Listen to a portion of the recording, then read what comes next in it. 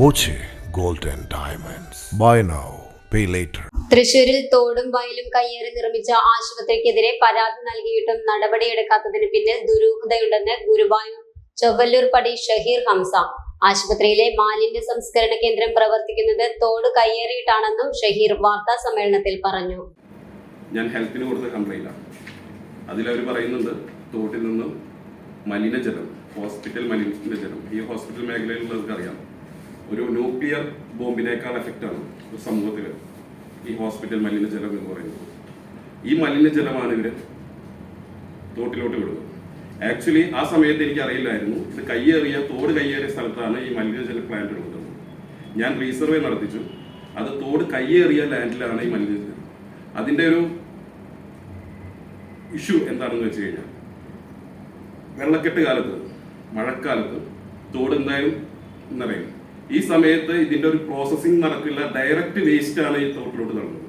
ഈ waste management മുഴുവൻ നിൽക്കുന്നത് കയ്യേറ്റ ഭൂമിയിലാണ്. ഇവര് ഈ പാടം മറ്റേ ഡാറ്റാ ബാങ്കിൽ ഉൾപ്പെട്ട പാടമാണ് ഇവർ നികത്തിയിട്ട് മറ്റേ പാർക്കിങ്ങിലേക്ക് നിർത്തിയിട്ടുള്ളത്. ഈ പാർക്കിംഗ് എനിക്ക് തോന്നുന്നു ഇവരിതെടുക്കുന്ന ഈ ഹോസ്പിറ്റൽ എടുക്കുന്ന സമയത്തൊക്കെ ഈ പരിസര സ്ഥലങ്ങളിലെല്ലാം ഉള്ള ഈ പാടശേഖരങ്ങൾ ഒരു മുൻകൂട്ടിയെ വാങ്ങിയിട്ടുണ്ട്. അത് പാടമായി നിലനിർത്താനല്ല, ഭാവിയിൽ അതിനെ കൺവേർട്ട് ചെയ്യാൻ വേണ്ടിയിട്ട്. അങ്ങനെ മണ്ണിട്ട് നികത്തി 2 ഏക്കറോളം അവർ നികത്തി കഴിഞ്ഞു.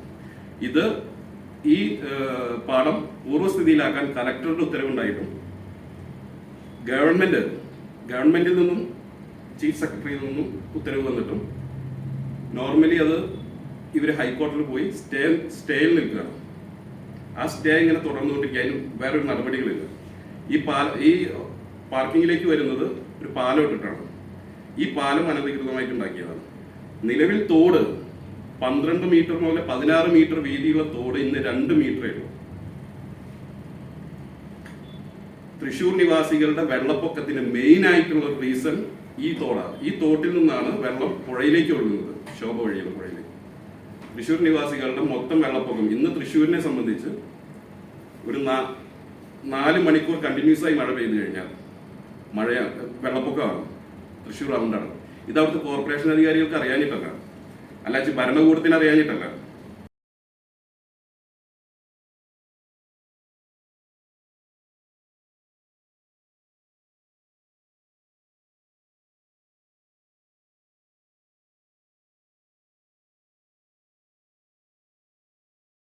Time Kids Preschool, Mannannur road, Vaniyamkulam. .view News. കാഴ്ചകളാണ് ലോകം, കണ്ടു തുടങ്ങുക.